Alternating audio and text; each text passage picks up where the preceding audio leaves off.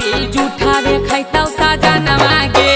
जहिनी ससुरा गानवा छौड़ी जूठावे खैतौ सजनवा गे अगे कोचिंग गया सहकुल के छौड़ा सब हो तोर दीवाना मागे अगे कोचिंग गया सहकुल के छौड़ा सब हो तोर दीवाना मागे अरे जाही ससुरा गानवा छौड़ी जूठावे खैतौ सजनवा गे जाही ससुरा गानवा छौड़ी जूठावे खैतौ सजनवा गे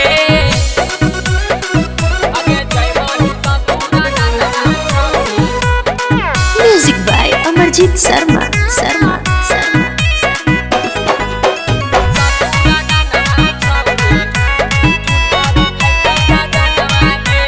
होबला धावल चीजवा पर तू करई न एते घुमाना मागे होबला धावल चीजवा पर तू करई न एते घुमाना मागे जय मही ससुरा गानवा छौड़ी जूठबे खैतौ सजनवा गे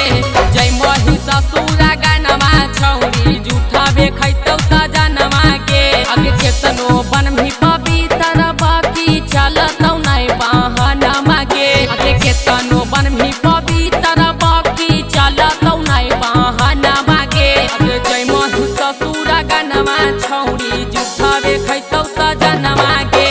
जय मही ससुरा गानवा छौड़ी जूठबे खैतौ सजनवा गे अगे जय मही ससुरा गानवा छौड़ी ससुरा गानवा छौड़ी जूठबे खैतौ सजनवा गे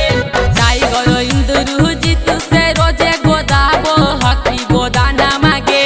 टाइगर नीतीश राजा से रोजे गोदाबो हकी गोदाना मागे अगे जाही ससुरा गानवा छौड़ी जूठबे खैतौ सजनवा गे जाही ससुरा गानवा छौड़ी जूठबे खैतौ सजनवा गे